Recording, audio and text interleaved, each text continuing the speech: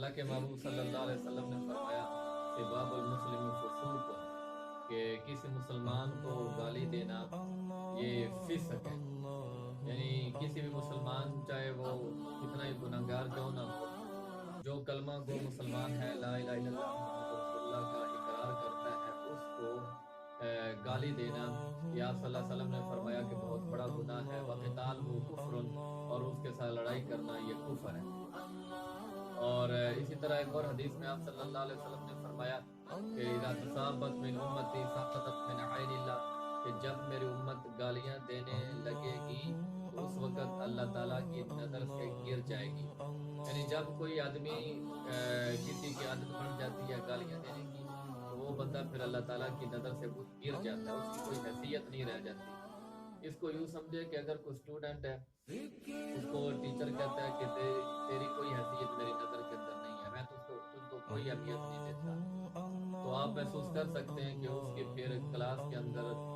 باقی ساتھیوں میں کیا اہمیت رہ جاتی ہے۔ تو آپ صلی اللہ علیہ وسلم نے فرمایا کہ جب کوئی آدمی یا جب کوئی قوم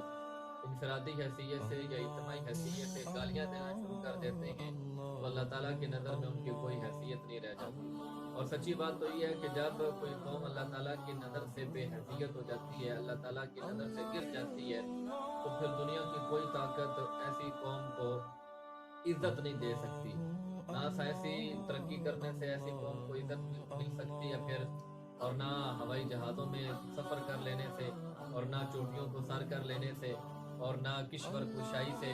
کسی بھی حوالے سے ایسی قوم کو کبھی دنیا میں عزت نہیں مل سکتی، اور نہ ایسی قومیں دنیا میں پنپ سکتی ہیں جو اللہ پاک کی نظر سے گر جاتی ہیں۔ اور اللہ پاک کی نظر سے گرانے والی جو چیز ہے وہ اس حدیث کے اندر آپ صلی اللہ علیہ وسلم نے جو بیان فرمائی ہے